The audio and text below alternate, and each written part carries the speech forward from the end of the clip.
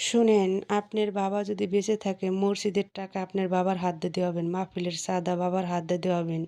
কবরস্থানে টাকা দিলে বাবার হাত দিয়ে দেওয়াবেন। কোনো একটা কিছু করতে হলে বাবা করবেন। বাবা আছে। বাবা রুমে বসে আছে, আপনি নেতা হয়ে গেছেন। না, মাকে আর বাবাকে একদিন বেশি কেমনে বাঁচবে এই চেষ্টাই করে যাবেন। সুবহানাল্লাহ।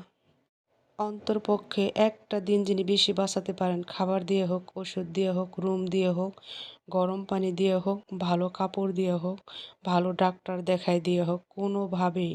অনেকেই আছে বাবা মা অসুস্থ হলে ৪-৫ ভাই থাকলে ডাক্তারের কাছে নেওয়ার কথা বলে, তুই নিবি না আমি নিব।